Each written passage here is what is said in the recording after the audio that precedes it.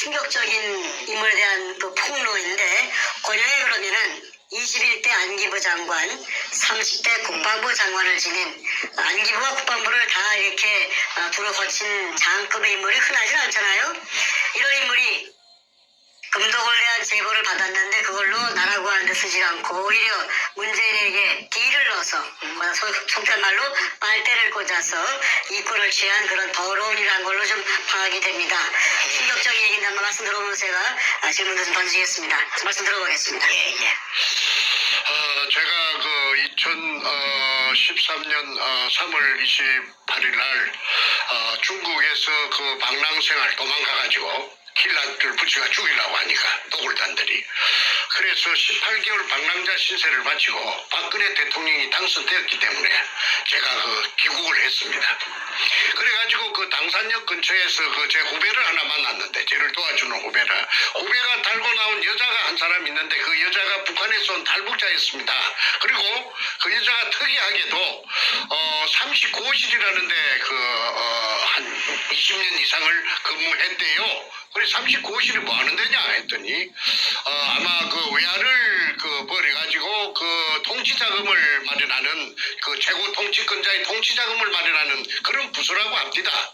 그러니까 그 여자가 굉장히 머리가 영리하고 그 아주 동작이 빠르고 그 잽싸지요. 소위 얘기한 북에서는 최고 엘리트네요. 예. 그래서 저는 그런 데 관심도 없고 해서 그냥 그 후배가 데리고 온 뭐 손님이니까 같이 밥을 한 그릇 먹고 헤어졌는데, 그 여자가 이제 나중에 저를 갖다가 도와주는 이 문현동의 금도구를 도와주는, 자기가 자청해서 도와주는 그 말하자면은 역할을 하겠다. 네네. 어떻게 도와주겠느냐 하니까 박근혜 대통령에게 알려가지고, 이 박근혜 대통령이 아마 모르고 있는 것 같은데 자기가 그 박근혜 대통령 앞으로 자기 이름으로서 등기 우편을 보내가지고 이렇게 국가적으로 이거는 하지 않으면은 이게 우리 23,000 탈북자들이 바로 그냥 뭔가 저게 대통령이 되고 나면은 문재인이가 대통령이 되면은 큰 배를 가지고 그냥 다 싣고 그냥 김정은이한테 강제로 갖다가 북송시킬 그런 의인이다. 20조를 물론 정옥자 교수 20조를 다 알고 하는 말입니다. 그래서 이제 저를 도와주기로 했습니다. 그러던 어느 날 선생님 장관을 하고 2번씩이나 하고 그 다음에 대단한 사람이 한 사람 있죠. 누군데 했더니 근영애를 덜미깁디다. 그래서 내가 잘 알지. 내가 그분은 나를 몰라도 나는 그분을 이름을 들었기 때문에 잘 알지. 그런데 왜 그래 하니까 그분이 우파고 또 박근혜 대통령 편이니까 그분은 믿을 수가 있으니까 그분을 내가 만나게 할 테니까 좀 만나보시겠습니까? 그게야. 그런데 그분은 어떻게 당신이 북한에서 온 사람이 만나게 해줄 수 있느냐 했더니 내가 그분하고는 아주 긴밀한 사이이기 때문에 만나게 해줄 수 있습니다. 그래서 코리아나 어느 날, 그때가 2013년 연말 정도 된다고 기억이 납니다. 코리아나 호텔에 커피숍 2층에 올라가는데 오른쪽에 은밀한 대화를 나누는 그런 큰 홀이 있어요. 거기서 이제 만났습니다. 근 장관을. 권영애 장관. 예. 자기 부인하고 같이 왔더라고요. 그래서 이제 인사를 하고 나서 그래 내가 듣자니까 부산 문현동에 의뢰 공장이 어떻고 금도굴이 어떻고 하는데 어떻게 된 거요? 저한테 얘기를 좀 해줄 수가 있나요? 그래서 내가 이야기를 하려고 나왔습니다. 해서 한 3시간 동안 얘기를 쭉 했더니 숨도 안 쉬고 숨죽여서 다 듣고 나더니 하는 말이, 야, 내가 다 듣고 나니까 이제 내 눈앞에 가려졌던 안개처럼 짙은 안개가 눈앞에 짙게 드리워져 있었는데 이제 짙은 안개가 싹 없어지고 저 멀리까지 잘 보입니다.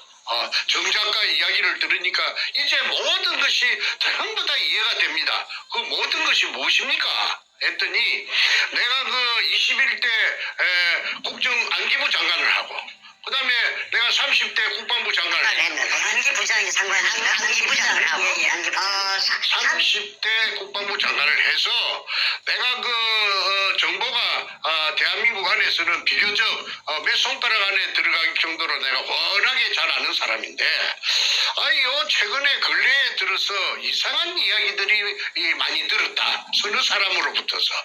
그 얘기가 뭐냐면 이상한 얘기가 뭐냐면은 그 문재인이라는 그 사람에게 어디서 돈이 났는지 돈이 엄청난 돈이 그 사람에게 있다고 그런 말들을 한 각각 다른 서너 군데로부터 들었는데 자기가 생각할 때 이해가 되지 않았다. 너무나 액수가 크기 때문에 그래서 어떻게 이상하다 그게 무슨 말일까 항상 가슴에 좀 납덩이 매단 것처럼 그걸 하두가 돼갖고 곱씹고 했는데 확인해 볼 길도 없고 야 그게 뭔가 하다가 오늘 이제 정작가를 만나가지고 얘기를 전모를 다 듣고 나니까 이제 그래서 그 안개가 싹 없어지고 저 멀리까지 보는데 이해가 됐다 이 말이죠. 그러면서 하는 말이 자기 소개를 하더라고. 내가 육군 사관학교 내 기억입니다. 17회라 하더라고. 17회. 그리고 나이는 1937년생이라 하더라고. 고향은 경주 사람이고 중학교를 은양중학교 경남 울산 옆에 은양중학을 나왔다 하더라고.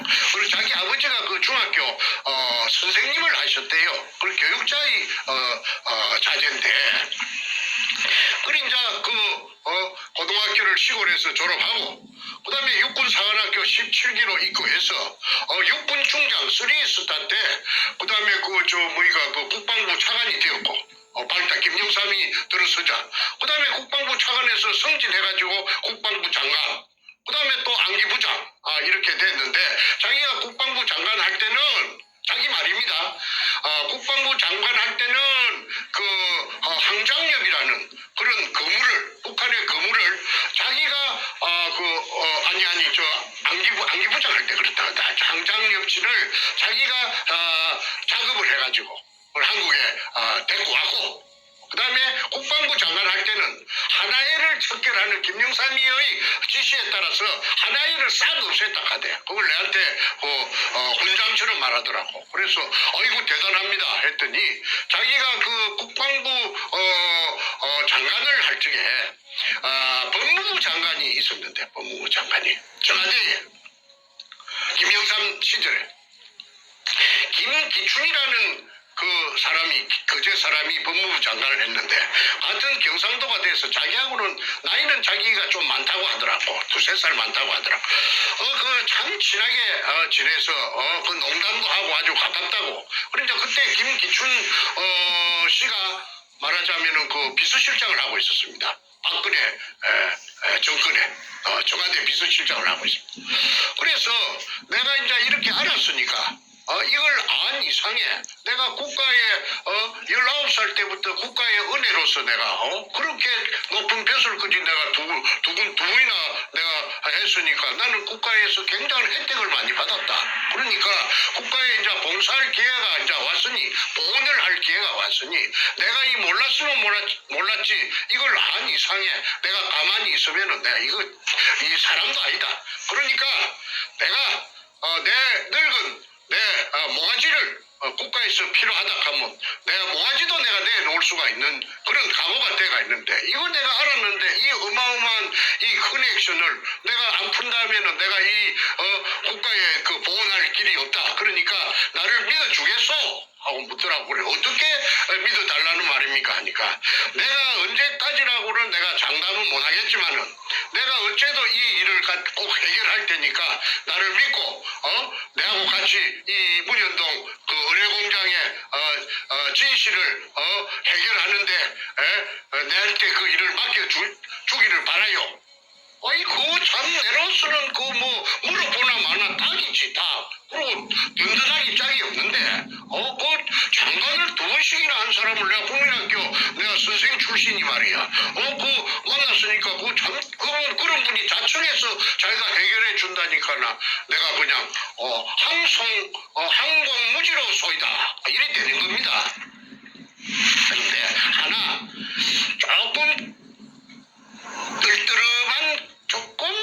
끔찍한 마음은 있었어요. 그게 뭐냐 하면은 내가 80년도에 부산에서 선생을 할 적에 초등학교 선생을 할 적에 신문을 본 사회면을 본 기억이 떠올랐습니다. 뭐냐 하면은 아마 그분이 독직 사건으로 뇌물을 받았다고 해서 독직 사건으로 검찰에 불려가서 수사를 받다가 그 화장실에 변기를 깨가지고 그 변기가 독인데 독이 아닙니까 독이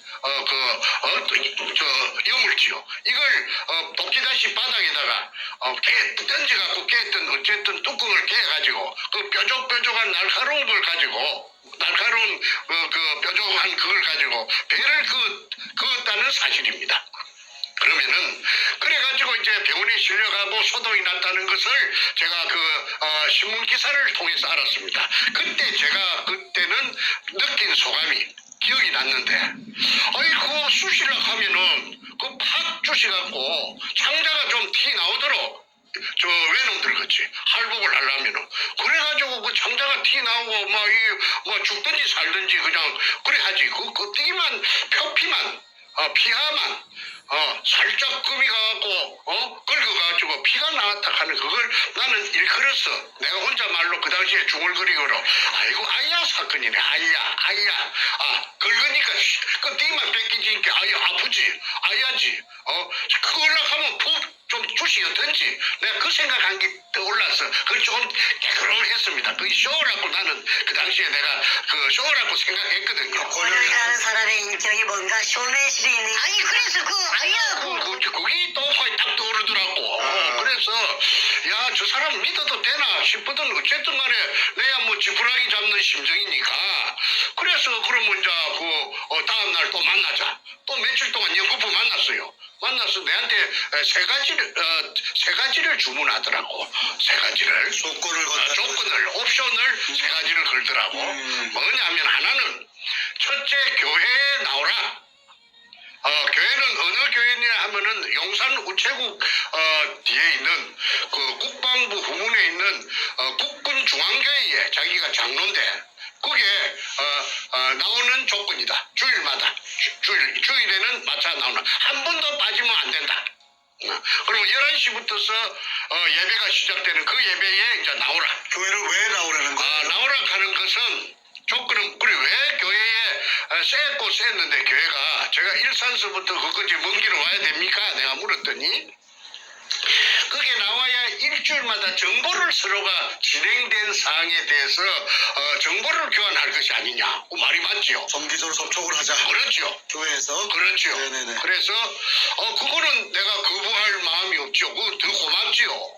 그래서 내가 나가기로 지키기로 했고 두 번째는 뭐냐 하면은 이 사건 자체가 대한민국을 죽이고 살리고 하는 사건이 될 것 같은데 자기가 번뜩 생각해 볼 적에 이 대한민국을 이걸 갖다 잘못하면 죽이는데 대한민국을 죽으면 안 되니까 살려야 되니까 자기가 이 일에 전력 투구를 해야 되는데 만약에 이 시간 이후에 딴 데 또 발설을 해가지고 2중 3중으로 발설을 해가지고 그물을 친다면은 그 말이 돌아서 자기 귀에 들어오면은 자기는 그 즉시 손을 뗄 것이다. 아무리 뭐 좋은 해결책이 있어도 딱 손을 뗄 테니까 절대 딴 데 그물 치지 말아라. 자기하고만 독점적으로 대화해라. 자, 거기까지가 두 번째 조건이었고 세 번째 조건은 뭐였나요? 세 번째는 6월입니다. 6월. 절대 금 이야기는 어떤 경우에도 그 말은 골드란 말은 입 밖에도 내지 말아라. 그 골드란 말을 갖다가 입 밖에서 정작가 입에서 나왔다고 인정되면 제 손 뗀다. 내가 손 뗀다. 그러면 어떻게 해야 됩니까? 하니까 금 이야기는 하지 말고 6월 이야기만 해라. 6월 이야기만 해라. 그 이유는 묻지를 마라. 6월 이야기만 하지 금 이야기는 절대 하지 말아라. 그런 거 아닐까요? 뭐 금 얘기하면은 금을 쫓는다는 오해를 받고 그러니까 어떤 유해에 대한 어떤 그런 그 공익적인 힘을 하라. 그런 뜻이 아니었을까요? 그래서 내가 이제 해석하기로 내가 그 사람이 이제 금을 탐이 나서 정충제를 도와주고 그 다음에 의뢰공장 찾는 일에 한다 하는 그 세상으로부터서 어떤 비웃음을 살까 싶어서 그런가 나는 그렇게 해석을 했습니다. 금 이야기는 하지만 그거는 또 어찌 보면 당연하다고 할 수가 있죠. 예, 이해했습니다. 한 번도 안 나왔으니까 한국 사회에서 금이 나온 적이 없거든. 그래서 그 세 가지는 어려운 것도 아니고 제가 그렇게 지키겠습니다. 그래서 약속을 하고 이 해가 바뀌었습니다. 2014년이 되고 15년까지 2년 동안에 그래도 열심히 나가고 제가 약속을 그러니까 결론은 뭐냐면 권영의 본인하고만 얘기하고 절대로 함구하고 딴 데 가서 말도 입도 뻥긋하지 마라. 예, 예. 그리고 2년 동안 자기하고만 교류해라. 예, 그거 아니었습니까? 예, 예. 자기가 해결하겠다. 그래서 해결했습니까? 아니 그 해결은 자꾸 이제 해결은 내가 또 맡기는 거 뭐 챙기는 것도 아니고 어찌 됐습니까 물어볼 수가 없지. 그래서 인내심 가지고 그냥 기다리세요. 기다리지요. 그러니까 기다리는데 이거 뭐 오늘은 무슨 좋은 소식을 줄라나 내일은 좋은 소식을 줄라나 하는데 그 사람이 그 신뢰가 안 가는 부분이 좀 있더라고. 뭐냐 하면은 이 양반이 또 내를 갖다가 부산에 가서 향군 회장 호남이를 만나라. 그 다음에 또 뭐 저 성수동에 가서 향군 회관에 가서 영광급 장교 연합회 뭐 누구를 만나서 뭘 해라 하는데 그 가면은 그 사람들이 좀 그 건장관이 시킨 그 말을 하면은 좀 시덥지 않게 좀 별로 신통치 않게 별로 그래서 이거 내가 한 서너 번 땡기다 보니까 내가 또 놀림방으로 말이지 시간 끌대우로 땡기는 것 같지. 나를 뺑뺑이를 돌리는 훈련시키는 것 같지. 그런 기분이 들더라고. 그래서 이거 무엇이 이게 옳은 일인가 나쁜 구전 일인가. 내가 부산까지도 갈 때 내가 무슨 어디 월급 받는 사람도 아니고 내가 어디 뭐 연금이 나오는 사람도 아니고 전부 생돈을 가지고 땡기려고 한 게 죽을 지경인데 어이 동쪽으로 가라 서쪽으로 가라 하고 또 심지어는 한 번씩 내를 불러내는데 그 남산 케이블카 밑에 건국회라는 데가 있어요. 빗석이 있어요. 그 건국회에 총회 항문 내를 꼭 나오라고 그래요. 그러면 내가 그 사무실이 있는가 싶어 찾아갔더니 케이블카 밑에 도로 옆에 갈비탕집에서 그래서 갈비탕집에서 2층에서 세를 내갖고 한 5, 60명 모이는데 사무실도 건국회 사무실도 없어요. 건국회 회장이라요. 그 양반 그 근영애가 예. 은 장관께서 그런데 이 밑에 오는 사람들이 그 회원들이 그 주로 군인들인데 예비역 군인들인데 이 사람들이 저 건장관이 없을 적에 뭐 불평불만을 하는데 뭐라고 하느냐 하면은 별명이 건상사라 하더라고. 건상사. 권영의 장관을 대해서 장관을 건상사가 뭐 오늘은 뭐 웃자고 저자고 산다라고 그래. 건상사를 누구를 보고 건상사라고 하여 함께. 근영의 그 장관의 별명이 건상사라고 건상사 아니요. 그래. 상사라 하면은 그 장교하고 소위하고 그 병장하고 사이에 저 내부반에 가면 중대 스님하사 그런 그 특무상사 위에 그 작대기 밑에 네 개에다가 권상사를 부르는 이유가 있겠네요. 왜 그래 그렇게 건상사 부릅니까? 왜 건상사라고 그 계급을 몇 계급을 강등시켜갖고 건상사가 뭐요 했더니 예. 좁쌀 영감이라고 이게 막 시시콜콜하게 막 오만 것 때만 것 다 챙기고 다 그거 하고 그 다음에 그 인색하기로 말하자면 구두쇠기로 이로 말할 수가 없다 이거야. 그러니까 권영애 씨가 없을 때 흉을 그렇게 막.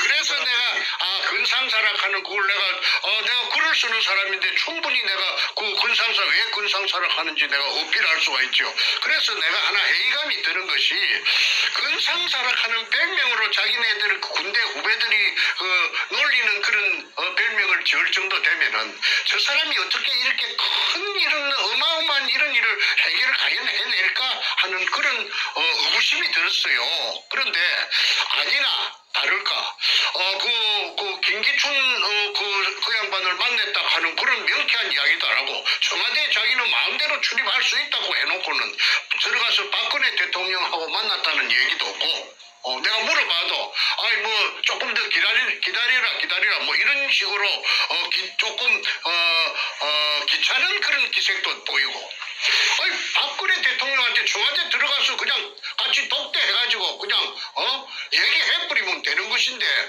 그걸 무슨 또 거의 뭐 결혼식 날 잡는 것 같이 이래 하니까 사람이 그냥 한장을 하겠더라고. 그러던 차에 한번 내려보고 현장에 오늘은 한번 내일은 현장에 한번 가봅시다. 부산의 현장에 어떻게 갑니까 하니까 자신의 그 동기생 친구 중에 64, 17기 중에 경남 진해 출신의 1사단장 하던 김아무개 소장이 있는데 그 양반이 1사단장 할 적에 남침 땅굴에 대해서 통달로 해가지고 땅굴 샀는데 그래갖고 이제 새꼬쟁이 2개를 가지고 이 다우징이라 하나 그걸 갖고 왔는데 백발백중이라 이거야. 땅 밑에 그 탐사하는 거. 탐사하는 거. 새꼬쟁이 2개 갖고 하는 거. 다우징이라고 그러죠. 다우징 그거 막 백발백중으로 찾아낸다 이거야. 전문가다. 그리고 그 속에 무슨 금 같은 거 그런 금속이 있어도 다 그 반응을 다 체크할 수가 있으니까 자기 그 건장관께서는 자기 친구 그 아무개 소장님을 김 소장님을 초청할 것이고 그다음에 내도 또 한 사람을 정작한 한 사람을 금을 찾고 그다음에 굴을 찾을 수 있는 그런 사람이 있으면 한 사람 대라 앞에서. 그래 나는 이제 그 강원도 원주에 그 윤아무개라고 필리핀에서 금 찾아서 인생을 바친 금 찾아다니면서 인생을 바친 윤아무개라고 내하고 나이 같은 사람이 있어요. 내하고 친구가 됐는데 그래서 윤아무개를 갖다가 이제 불을 올렸습니다. 그래서 이 윤아무개는 그 이전에 저 한국은행 지하 금고에 금이 얼마나 있는지 그 미션을 줘가지고 그 체크를 한번 그 측정을 한번 한 적이 있었는데 그 서울에 대해서는 그 사람이 청춘을 갖다가 필리핀에 25년 동안 돌아다녔으니까 서울 소공동 근처는 잘 모릅니다. 그런데 한 30분 만에 찾아내더라고. 그 미독 신세계 백화점 앞에 그 조형물이 있는 동산같이 조형물이 있는 분수대가 있는데 그 밑이 저 한국은행의 그 금창고라 지하 몇 메다가 그 금창고인데 거기서 금의 양은 지하 몇 메다 그 냉장고를 했는데 지하 몇 메다 지점에 금이 요게 한국은행 그러니까 그게 한국은행 금창고인데 보유금이 한 15톤 정도 체크되네요. 이렇게 하더라고. 그러니까 그때 한국은행에 근무한 적이 있는 그 아주 높은 간부가 한 사람 그 옆에 있었는데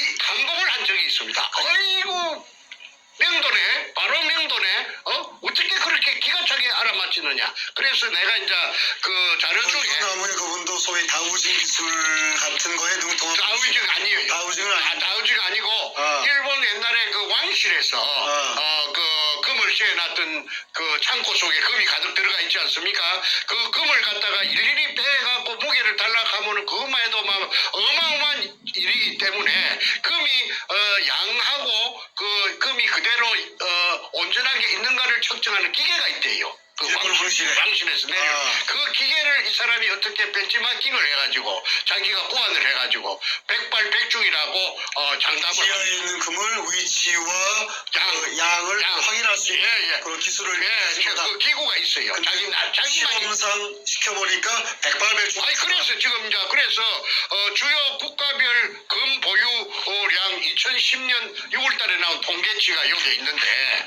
이게 보니까 국가의 금 보유량이 한국의 금 보유량을 한국은행 아까 말한 신세계 백화점 밑에 그 분수대 밑에 그게 있다고 했지 않습니까? 그게 있는 게 맞아요. 그런데 그게가 15톤이라고 했는데 여기 찍기가 있는 거는 14.4톤이라고 요 맨 밑에 찍기가 정확하게 지켜요. 바로 그냥 기가 막힐 지경이죠. 제가 화면을 잠깐 보여주겠습니다. 예. 야, 그렇군요. 잠깐. 예. 여기 보시면은 여기 제목부터 보여드리겠네. 제목에 보면 주요 국가별 금 보유량 해가지고 2010년 6월 자료인데 미국이 뭐 8,000톤 어마어마하게 많고 1등이고 쭉 내려가서 대한민국이 금 보유량이 56인데 14.4톤으로 공식적으로 통계가 잡혀 있네요.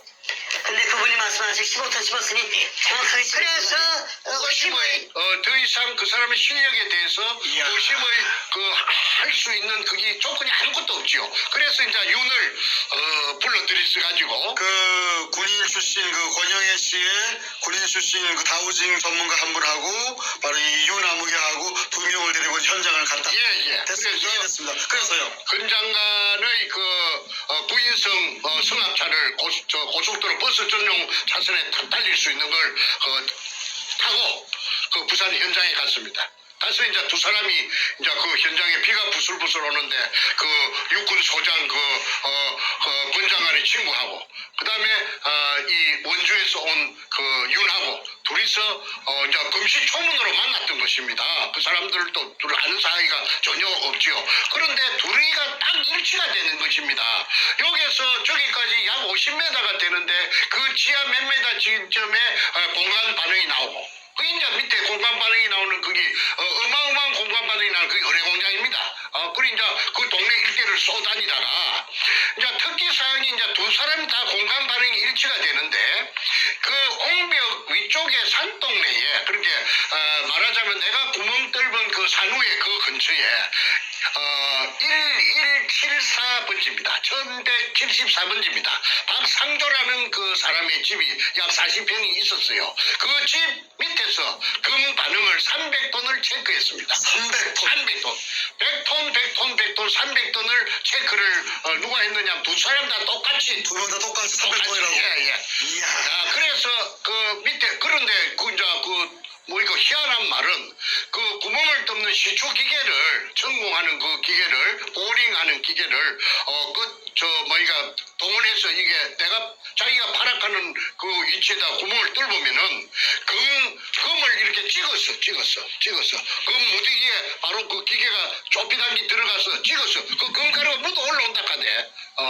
묻어 올리겠다고 자신하는데 그렇게 그 아까 소장도 일치되고 그다음에 원주에서 온 이 필리핀 이것도 일치가 되고 이러니까 기분이 좋다고 그날 의뢰공장 찾는 것도 확인했고 그다음에 금도 300톤이 나오니까 그 아까 건상사라고 불리는 그 건장관께서 돌아오는 차속에서 기분이 좋은지 그 봉투를 갖다가 하나서 그 잡아내가고 갈라주더라고. 그게 이제 그 문현동 일대 중에서 한 특정 부분에만 300톤이라는 얘기죠? 그렇죠. 그게 1174번지인데 그게 이제 도굴단이 만든 그 지도 의뢰공장 내부 도면에 보면 금이 있다고 표시가 되어 있습니다. 백준엄이가 그 금을 거기가 지하 백공장이죠? 지하 1공장. 자, 먼저 다시 정리하죠. 대한민국 국가가 보유한 금이 아까 얘기한 14점 몇 톤이고 14.4톤. 기껏해야 15톤이 맥시멈인데 약 15톤이라고 했죠. 그렇죠. 문현도 일대 중에서도 거기 특정 주소지 밑에 있는 것만 300톤이 있다고 두 명의 서로 모르는 각각의 전문가가 동시에 확인한 300톤이다. 어마어마합니다. 그때가 얘기가. 그때까지 그게 그게 아마 다 끄잡아낸 게 아니고 금이 양이 많으니까. 그렇죠. 내나 저 탁종수라는 자가 그 도굴단에 탁종수 있잖아요. 저 김성태 옆에 앉았던 거, 그 멍청하게 앉아 있는 거. 그게 그 내한테 월경 기순에 온 적이 있었다고 했죠. 그럴 때 금이 다 끄잡아냈느냐 물어보니까 그 일부는 끄잡아내고 일부는 더 깊은 곳으로 들어갔다고 말했거든요. 그런데 더 깊은 곳이라 가면은 일단은 그게 있는 금을 안쪽으로 더 이었다는 것입니다. 그런데 그 백준영이 만든 의뢰공장 내부 도면에 보면은 거기가 금이 있었다는 표시가 되어 있기 때문에 그게 아마도 그 처음부터서 그 300톤은 애놈들이 그게 도망갈 때부터서 그게 있었던 것이 아닌가 그렇게 저는 추정하고 있습니다. 자, 그래서 이제 그 군영을 떨벌라고 혈안이 됐던 것입니다. 그런 때마다 자꾸 저 동네 주민들이 방해를 하고 이 막 온갖 세력들이 그 방해를 하기 때문에 기계가 뚫벌라고 내려갔다가도 서울에서부터 내려갔다가도 님비 현상으로 인해서 밖에서 올라온 그 헛돈을 많이 썼습니다. 자, 그런데 이제 이 건장관께서 아까 이제 입이 찢어질 듯이 해가지고 그 봉투를 하나씩 주는데 내가 올라와서 내가 찾아본 게 5만 원짜리 2개 들었대. 누구한테 봉투를 줘요? 아이고 저 건장관이 얼마나 내가 그 봉투 주는 거 처음 봤어요. 그런데 10만 원 들었는데 그건 윤은 얼마 들었는 거 내가 물어보지 않았어요. 왜 그러냐 물어보면 내 자신이 너무나 비참할 것 같아서 내가 자존심도 있고 해서 내가 그냥 입 닫고 말았는데 솔직히 말해서 그 어디 가작값도 아니고 말이지 5만 원짜리 2장을 갖다가 이어줘서 저 사람이 그릇이 아주 작구나. 그런데 자기 집에 가보니까 자기 집이 내가 분당에 그 축전에 있는 그 현대 아파트 앞에서 현대백화점. 죽전역 앞에 현대백화점 앞에서 마을버스를 타는데 LIG 아파트라고 기억이 됩니다. LIG 아파트 옆에 자이 아파트 80평에 살더라고. 80평에 그거 늘은데 어떻게 이 집이 운동장 같은 집에 삽니까 하니까 그 자기가 그 평생에 책이라든지 무슨 이런 물건 같은 걸 버리기도 아깝고 해서 식구가 며칠 되지 않지만은 이런 넓은 데 아니면 안 된다고 그래서 뭐 집은 대걸 같은 집에 살더라고. 잘 사네요, 소위 얘기해서. 80평짜리 아파트 살기가 쉽지 않죠. 청소만 하려고 해도 청소하는 전담 요원이 한 사람 있어야 됩니다. 자, 그래서 연금도 나오고 또 장관하면서도 많이 벌 있을 건데 그렇게 그 항상 그 오라고 해가지고 가면 밥때가 되면은 그 죽전역 앞에 그 현대백화점 뒤에 항소국반이라고 그 갈비탕집이 있어요. 그 불고기도 팔고 불고기는 내가 한 번도 안 얻어먹어봤고 그 갈비탕 5,000원짜리 항상 그겁니다. 그래서 막 그거라도 내가 나는 5,000원짜리 그런 거는 내가 시들해서 잘 안 사 먹는데 거기서 내가 5,000원짜리를 질리도록 먹은 그 기억이 납니다. 어쨌든 그분을 헐뜯으려고 나온 것이 아니고 항상 사이드로 뺑뺑 돌더라고. 사이드로. 문현도 현장에 처음 간 거는 그 한 번밖에 없고 그래 내가 그 다음에 이제 그 KBS PD 양성모라고 기억이 됩니다. 키가 좀 후리하이 큰 길. 이걸 뭐 어떻게 해가지고 양성모죠. 양성모. PD를 이 젊은 사람을 갖다가 어떻게 해가지고 이 사람 됐고 저 중국의 해남도에 뭐 가고 막 그거 갔다 오고 막 프로를 찍고 그랬었더라고. 그래서 왜 해남도를 부산 문현동을 놔주고 해남도는 그 하이난섬.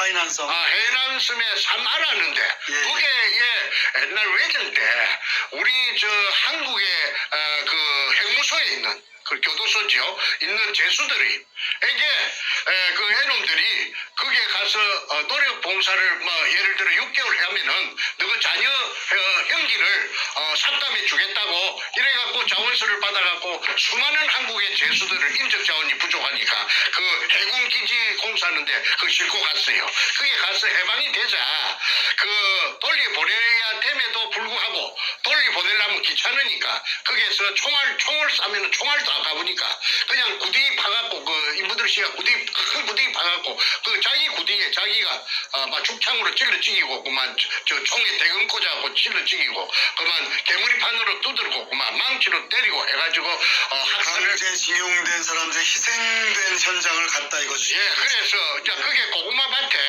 이제 말을 그래 갔다 온 이야기를 그래야 돼. 고구마밭에 고구마가 무성한데 그 흙을 구두발로 가지고 앞부리를 가지고 흙을 뭐 한 10cm만 덕덕 걷으면은 탁발에 밟히는데 그게 두개골이라 두개골. 그 두개골이 그 당시에 조선에서 끌려갔던 그 불쌍한 죄수들 유결이 있다고 막 격분해가지고 그 두 개를 갖고 왔다고 살짝 갖고 왔다고. 그래서 항상 그렇게 내하고 그 문현동하고 무슨 그 해남도하고 상관이 있으며 요걸 하고 요걸 청계가 지금 규명을 해야 됐긴데 해남도 요거를 갖다가 물론 그것도 중요한데 자꾸 그걸 바깥으로 돌더라고. 자, 잠깐만 정리 한번 하겠습니다. 지금까지 말씀을 쭉 들어보면은 권영애 씨한테 모든 정보를 주었고 그분도 자신하고만 독점적으로 이 일을 추진하자고 얘기했고 그런데 그 한 2년 3년 터울 시간 동안에 아무것도 한 게 없다. 단 현장에 가서 300명 거 확인까지만 해서 너무 좋아했고 그리고 뭐 중국 가서 뭐 그 피해당한 저 징용자들 현장만 갔다 오는 걸 하고 이 사건을 가지고 김기춘 당시 실장이나 박 대통령에게 뭐 얘기했던 그런 것도 전혀 없이 그냥 시간만 허비한 거네. 그렇지. 그래서 그러던 차에 이거 무엇이 또 자꾸 이제 만나는 빈도가 그 조금씩 이제 어디 외국에 간다고 해가지고 또 몇 달씩 갔다 오고 하다 보니까 핫바지 방구 세대기 조금씩 희미해집니다. 그러던 차에 그 2015년 연말입니다. 제가 기가 막힌 또 어떤 사건이 발생합니다. 그거는 제가 오형제 중에 장남인데 제 전부 남자만 5인데 그 둘째하고 넷째, 내 밑에 하고 넷째하고 둘이서 그 도굴단에 따라갔던 것입니다. 그 문현동 현장에. 그런데 둘째 보고 이제 우리가 세월이 가니까 우리가 팽당했다. 이용만 그때 문현동 금도굴 현장에 서너 달 있었던 것은 저 도굴단한테 내가 우리가 지금 와 생각하니까 쟤들이 막 벤츠 S600을 타고 난리를 치고 부산에서 잘 살고 그냥 귀족이 돼가지고 그냥 번쩍번쩍한 차를 타고 다니는 거 부산 바닥이 좁으니까 알지요. 야 저거 어떻게 해야 되겠나. 그러자 정옥자 교수 20조도 알게 되고 하니까 내한테도 오지도 못하고 행정안끼리도 이간을 시켜놓으니까 그래서 자기는 둘째하고 넷째가 상의하기를 우리가 이 세상에 알리자. 그러면 어떻게 해야 되느냐면 문재인이 그 사무실이 사상에 있는데 국회의원 사무실이 거기에 들어가서 사건을 하나 일으키자. 그게 뭐냐면 그 문재인이 사무실의 신나통 사건입니다. 그래서 둘째는 간이 작아갖고 아이고 나는 무서워서 안 할래 하고 옹그라져 빠져삐고 그러면 넷째는 젊었을 때 어릴 때 권투 선수니까 주먹이 세니까 그럼 내가 혼자 하겠다 해서 문재인이 국회의원 사무실에 인질극을 신나통을 들고 가서 인질극을 벌렸던 그 사건이 언제였죠, 시점이? 2015년 12월 30일이라고 기억이 됩니다. 네네, 알겠습니다. 예. 그래서 그때 내한테 전화가 왔더라고. 그날 막 뉴스에 오전 10시부터서 밤 12시 짜전까지 온 한국에 있는 공중파든지 종편이든지 무엇이든지 전부 방송국이라 하는 방송국은 전부 다 이것만 지급했습니다. 부산 문현동 이것만 다 정규 방송 중단하고 부산 문현동이 아니고 사상에 그 문재인이 사무실에 그 신나통 인질극 이것만 계속해서 들었습니다. 그런데 12시 자정이 지나니까 약속이나 한 것처럼 딱 전부 다 올 수도 됐고 모든 방송이. 모든 방송 누가 조정했지요. 누가 조정을 작동을 했죠. 그러네요. 그래서 이제 그래서 그나마 그래도 사건이 벌어진 10시부터서 자정까지 14시간 동안 도배를 하듯이 온 한국에 모욕을 하듯이 했기 때문에 세상이 그때 문현동 금도굴이 최초로 알려지게 된 것입니다. 알겠습니다. 그 사람들이 믿든지 말든지 그거는 뭐 안 믿든지 간에 최초로 알려진 겁니다. 자, 그때 내한테 뜻밖의 전화를 했더라고. 권 장관이 정 작가 동생이 맞소? 내하고 좀 닮았는 모양이라. 그래서 네 맞습니다 하니까 그걸로서 건장한하고 저하고는 말하자면은 사연하라 종친 것입니다. 그 다음에 내가 전화 걸 이유도 없고 그 사람도 전화 안 오니까 끝난 거 아닙니까? 그런데 내 마음속에는 굉장히 괘씸하지요. 정보만 쏙 빼갖고 가서 말이야. 아빠지 방구 새듣기 말이야. 장난치는 것도 아니고 그렇다고 내가 맡기는 거 달라 하는 식으로 서로가 계약이 있었던 것도 아니고 내가 항의할 수도 없고 그래서 자, 잠깐만. 제가 한번 좀 질문을 하나 할게요. 좀 납득이 안 가는 부분이 있는데, 그렇게 2, 3년간 공을 들이고 권 장관과 관계를 맺다가, 이번에 그 동생분의 그 문재인 사무실 신나 사건이 벌어지자마자, 그러고 이제 관계를 끊었다 하셨는데, 왜 끊으신 거죠?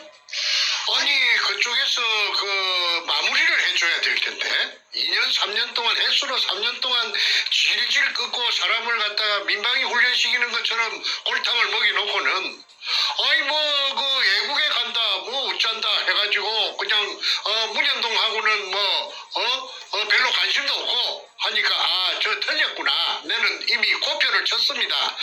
그렇다고 해서 그 사람이 내하고 나이가 얼추 같다고 하면은 다그치기라도 할 텐데 그러지도 못하고 장관을 2번이나 했으니까 내가 항의도 할 수가 없고 그러던 차에 내가 정보만 또 쏙 빼가지고 또 이용당했구나. 그러면 저 사람은 그 정보를 갖고 어디에 썼을까? 내가 바보가 아니니까 생각해봤지요. 그거는 저는 그렇게 생각합니다.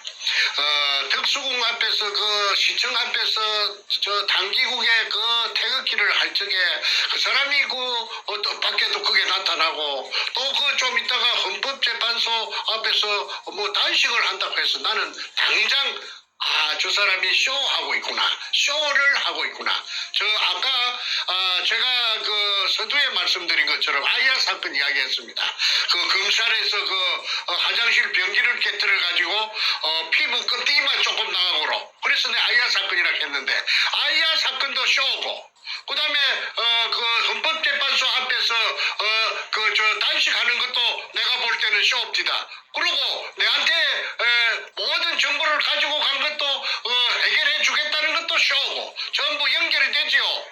그러면 그 사람이 정보를 빼갖고 어디에 썼을까를 내가 맨날 며칠로 두고 내가 연구를 해본 결과가 내가 그 뽑은 답안을 하나 찾아냈어요. 그거는 그 사람이 그 태극기 우파라고 말이지 온 국민들이 알아볼 수 있도록 그렇게 쇼를 하면서 뒷전에 그 문현동을 갖다가 2년 반, 3년 동안을 갖다가 그 횟수로 3년 동안 속속 깊이 전부 다 빼가지고 그게 아까 문현동 1174 다시 1번지 그 박상조 집 밑에서 금 300돈이 있다 하는 것까지도 알은 사람이.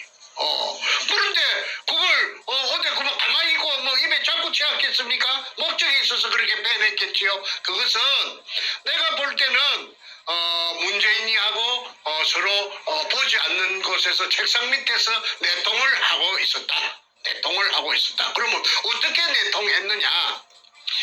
그 정보개통에 놀던 사람이니까 자기 부하들 많을 거 아니에요. 부하들을 갖다가 그 문과 촉에다가 저 보내가지고 심부름을 우리 장관님이 당신이 부산 문현동에서 한 짓거리를 다 알고 있어.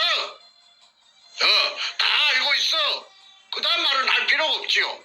다 알고 있어. 그 다음 말은 생략인데 점점점인데 그걸 굳이 표현을 한다면은 점점점을 지우고 표현을 한다면은 너 죽을래? 죽어볼래? 하는 말하고 같다고 봅니다. 너 죽어볼래? 너가 한 일을 다 알고 있는데 너 내가 이거 터뜨리면 너 죽어? 그 말하고 같겠다고 보겠지요. 그러면은 저쪽에서는 맹색이 육군 사관학교를 나와가지고 국방부 장관도 하고 그 다음에 그 일국의 정보를 전부 다루는 안기부장을 하고 그런 무시무시한 사람이 너 죽어볼래? 하면은 이거 폭로하면 큰일 나겠구나. 그 다음에 어떻게 해야 되겠다. 이거는 제 입으로 차마 말하기가 난처해서 제가 생략할 테니까 국민 이 방송을 보시는 유튜브를 보시는 국민 여러분께서 그 나머지를 그 빈 공간을 채워주시기를 바랍니다. 너 죽을래? 내가 너 한 일을 다 알고 있어. 그 다음에는 그쪽에서 저 금도둑놈이 그 다음에 그 금도둑놈이 할 그 문재인이 그 청와대를 강제 찬탈해갖고 점거하고 있는 주식회사 금처리 주식회사 도굴금 처리 주식회사 대표이사 문재인이가 할 행동은 입을 막아야 될 거 아니에요. 입을 벌리겠다 하는데 죽이겠다 하는데 그럼 입을 뭘 갖고 막겠습니까? 떡을 갖다가 발라야 될 거 아니에요. 떡을 찹쌀떡을 하나 갖다가 입 안에 물려놔야 될 거 아닙니까?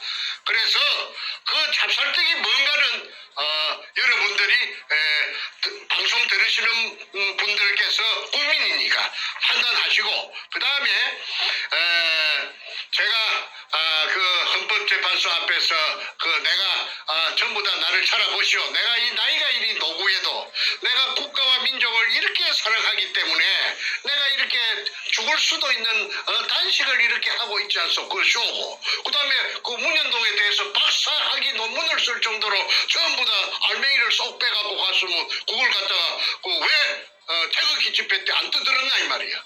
그걸 떠들었으면은 그때 이 나라가 말이야 바로 잡히고 박근혜 대통령 감옥에 가지도 않고 말이야. 이 나라가 바로 뭔가 그때 정체가 드러났기 때문에 작살날 뻔일 거 아니야 말이야. 그 다음에 그 청와대 주사파들이 정리하지도 못하고 전부 다 맞아 죽었을 거 아니냐 이 말이야. 그런데 그때 입 쳐닫고 말이야. 그 다음에 쇼만 하고 말이야. 그래서 내가 쇼라고 하는 거라. 쇼에 지난 6월 12일 날 2018년 6월 12일 날 미국에 오기 직전에 그 인천공항에서 시간이 좀 남았어. 거기서 안부를 찍었어요. 뭐라고 찍었느냐면 종교 깡패라고 찍었어요. 종교 깡패라고 근영에 그다음에 또 하나 더 있어요. 경실련 만든 그 진짜 야가 빠진 깡패 그 있죠. 그 인상도 고약한 거 서경석이라는 그자는 이 방송을 하니까 그 고작 내한테 항의한다는 것이 뻥이야 하고 SNS에다가 내가 방송한 것이 뻥이라고 그러대. 자, 그런데 6월 15일 종교 깡패라고 내가 근영애를 1차 내가 그 정체를 내가 폭로하니까 그 이후에 이 사람도 창피한 건 알았는지 그 이후에 공식 석상에 보이질 않는 거야. 그거는 뭘 의미하느냐? 그 자기의 그 가장 지부를 정충계가 어디 그 책을 쓰는 사람인데 무시무시한 책만 썼는데 그 내가 겁을 내겠어? 그러니까 이 분께서도 내가 지금도 늦지 않았으니까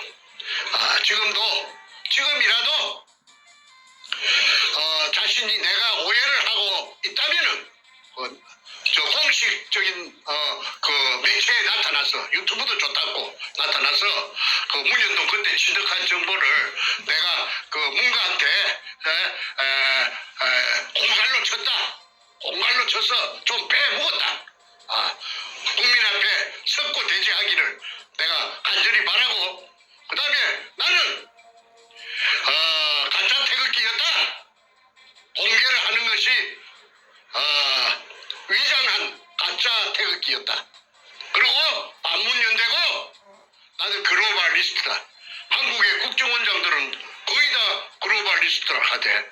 이걸로서 오늘 방송은 제가 할 말은 다 했습니다. 나머지는 세월이 가면은 그 아까 찹쌀떡을 먹었는지 찹쌀모찌를 먹었는지 호떡을 먹었는지 나타날 겁니다.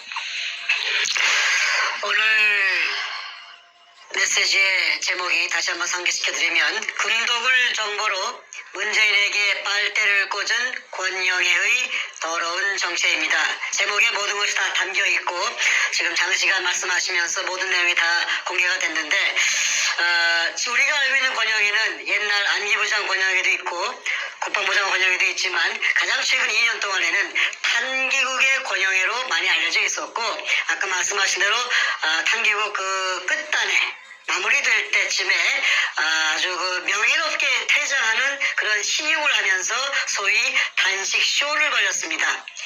뭣도 모르 아무 영문을 모르는 대부분의 태극기 국민들은 야 권영애 장군이 저렇게 애국자구나 라고 이제 오해를 하게끔 아주 멋들어진 연극을 한 사람인데 오늘 말씀 들어보니까 그 모든 것이 정말 쇼의 극치였습니다. 옛날에 우리 정선생님께서 조원진에게 이걸 제보하셨었고 또 홍준표에게 리오의 의원 통해서 제보했지만 조원진도 홍준표도 입 딱 다물고 아무것도 안 했습니다. 자기 말로는 문재인 끌어내리고 대한민국 정상화시키는 보수 태극기에 앞장선 그 리더라고 그러면서 조원진도 홍준표도 입을 다물었습니다. 권영애는 설상가상으로 모든 정보 다 뽑아가고 시간 2, 3년간 낭비시키게 만들고 그러고 나서 연이어서 지난 2년 동안에 이 사태 동안에 탄기국의 어른으로 행세하면서 입 딱 다물고 정선생 말씀대로 문재인 향해서는 한마디도 안 했습니다. 정말로 육두문자 튀어나오는 인간입니다. 자신의 진심이 있다면은 그것서 문현동 금독을 떠들었으면은 내가 그 사람을 정체를 갖다가 이렇게 그 나이 연세도 많으신데 내가 공격할 이유가 없죠. 싹 빼갖고 가서 자기 장사해버리는 거야. 자기 이속만 챙기는 거야. 참 그게 현실입니다. 가슴이 먹먹해집니다. 이 사건을 다루면서 저희가 공개적으로 작년 6월 1일부터 횟수를 넘기고 7개월, 8개월째 이걸 하고 있는데 몇 번 반복되는 그 이름들이 나오는 동안에 뭐 여상규라든가 오늘 권영이라든가 이렇게 대한민국에서 알만한 그리고 정체적으로 볼 때는 소위 보수 우파로 분류되는 인물들이 대한민국 국민들의 눈 가리고 아웅 형식의 쇼를 하면서 문재인을 끌어내는 그 역할이 아닌 거꾸로 문재인의 비호 세력으로 공존공생 금도둑과 함께 공존공생 그런 그 국민들을 속이는 인물로서 계속해서 활동을 해온 것을 보면 정말로 경악을 금치 못합니다.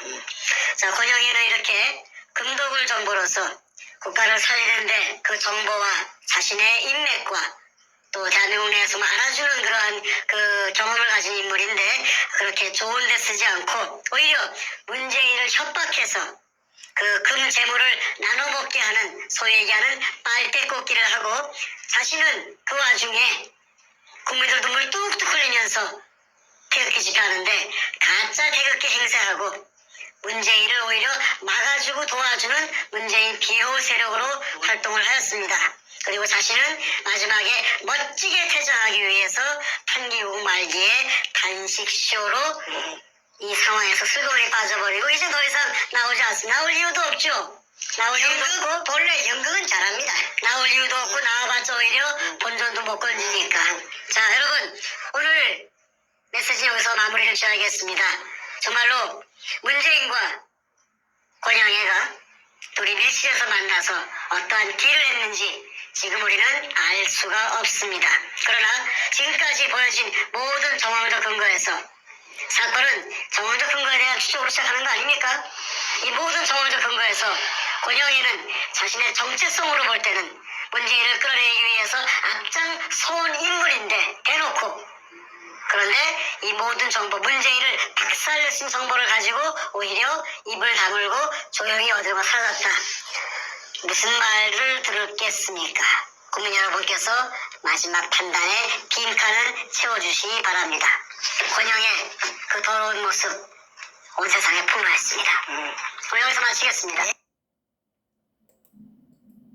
조선민주주의 인민공화국 수령이라고 하는 김정일이라고 하는 놈이 결제 책상에서 무언가 결제를 하고 있고 그 옆에 그가 임명한 민주주의 인민민주주의 3.0 간첩 총독 문재인과 부동자세로 서 있는 모습입니다.